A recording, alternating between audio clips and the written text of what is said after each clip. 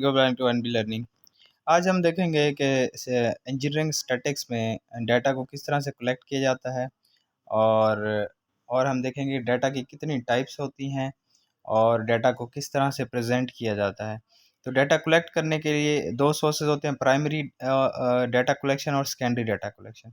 Primary data collection में observation हो गई, जैसे सर्वे वगैरह हम करते हैं, जो एक्सपेरिमेंट्स करते हैं, उनसे जो डाटा हम लेते हैं वो प्राइमरी होता है। और दूसरा जो इलेक्ट्रॉनिक्स या प्रिंट मीडिया से जो भी हम लेते हैं डाटा, वो सेकेंडरी सोर्स होता है या सेकेंडरी डाटा होता है। डाटा की टाइप्स की अगर हम बात करें तो इंजीनियरिंग स्टैटिक्स में जो डाटा है वो मेनली दो ब्रांचेस में डिवाइड होता है, categorical and numerical data. Categorical में हमारा मटेरियल स्टेटस आ जाता है, पॉलिटिकल पार्टीज, आई कलर, यानी कि ये कोई कैटेगरी को जो है वो डिफाइन करता है। जबकि न्यूमेरिकल में आगे फिर दो टाइप्स हैं, डिस्क्रीट और कंटिन्यूअस। डिस्क्रीट में हम ऐसा डाटा आ जाता है जो कि काउंटेड आइटम्स होते हैं, जैसे number of childrens, defects per hour, counted data आ जाता है। और कंटिन्यूअस में आपका आ जाता है मेजरेबल डाटा, यानी कि ऐसी क्वांटिटी जिसको हम मेजर कर सकते हैं, जैसे वो वोल्टेज है, करंट है, वेट है, लेंथ है।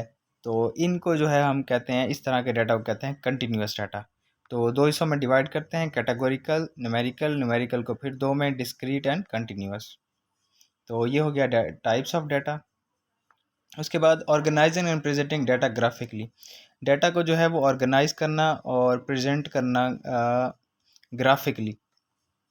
कितने तरीक़ों से हम इसको प्रेजेंट कर सकते हैं, उसमें जो है वो टेबल है, ग्राफ है, और कुछ टेक्निक्स हैं जैसे कि bar charts and pie charts, Pareto diagram, ordered array, stem and leaf display, frequency distribution, histogram, polygons, cumulative distribution and ogive, contingency table and scatter diagram. तो बारी बारी हम इन सब को देखेंगे कि ये हमारी जो टेक्निक्स हैं डाटा को प्रेजेंट करने के लिए, ये किस तरह से वर्क करती हैं। तो आगे देख लेते हैं tables and charts for categorical data. जो हमारा कैटेगोरिकल डाटा होता है, जिसमें कोई कैटेगरी डिफाइन की होती है, उसको हम ज़्यादातर किस तरह से रिप्रेजेंट करते हैं।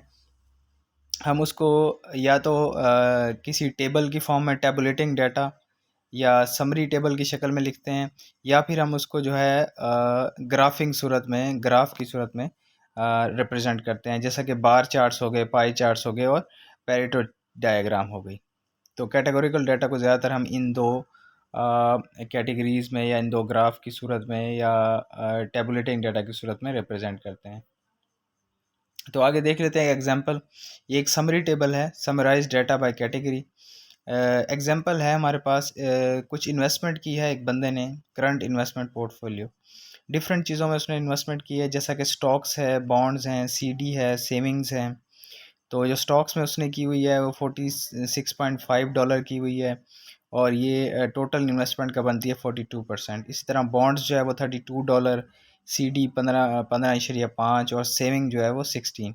इसी तरह परसेंटेज भी हमने इसकी समरी टेबल में लिखी हुई है। तो इसको कहते हैं डाटा को समराइज करना या समरी की फॉर्म में लिखना, समराइज डाटा बाय कैटेगरी। तो इस तरह से इसको लिखते हैं। उसके बाद bar charts, pie charts. Bar charts and pie charts are often used for qualitative data. जो क्वालिटेटिव डाटा होता है या कैटेगोरिकल डाटा होता है, उसको रिप्रेजेंट करने के लिए ज़्यादातर बार चार्ट्स या पाई चार्ट्स इस्तेमाल होते हैं। आगे हम देखेंगे कि बार चार्ट्स और पाई चार्ट्स क्या होते हैं। इसी तरह हाइट ऑफ बार और size of pi slice show the frequency और परसेंटेज ऑफ ईच कैटेगरी। तो ये हम ग्राफ आगे देखेंगे तो हमें ये क्लियर हो जाएगा। जैसे फॉर एग्जांपल ये एक बार चार्ट दिखाया गया है, bar chart example current portfolio में। ये वही टेबल है जो हमने पीछे देखा है इन्वेस्टमेंट का, डिफरेंट इन्वेस्टमेंट की हुई है और उसकी परसेंटेज भी लिखी हुई इन्वेस्टमेंट की। तो उसको हमने बार चार्ट में जो है वो लिखा हुआ है। आप देखें कि इसके एक्स एक्सिस पे जो है हमारे जो चीज़ें हैं, जैसे सेविंग हो गया, सीडी हो गया, बॉन्ड हो गया, इसके वाई एक्सिस पे हमारी ये चीज़ें हैं, और इसके एक्स एक्सिस पे क्या है, हमारी परसेंटेज है। तो जिस चीज़ में जितनी परसेंटेज आई है, लेट्स सपोज के स्टॉक्स में जो है सबसे ज़्यादा जो इन्वेस्टमेंट है वो स्टॉक्स में है, तो स्टॉक्स का आप देखें कि जो बार है वो सबसे ज़्यादा बड़ा है राइट साइड की तरफ, और अमाउंट इन डॉलर जो है एक्सेस पे लिखी हुई है। तो बिल्कुल इजी है, हमारे पास डाटा है। और नेक्स्ट वाई एक्सेस पे जो है वो स्टॉक्स ले लेने हैं, यानी कि जिस चीज़ में उसने इन्वेस्टमेंट की है वो ले लेना है, और एक्स एक्सेस पे हमने ले लेना है जितने पैसों की या जितने डॉलर्स की उसने इन्वेस्टमेंट की है। तो ये हो गया बाय चार्ट्स, बार चार्ट्स।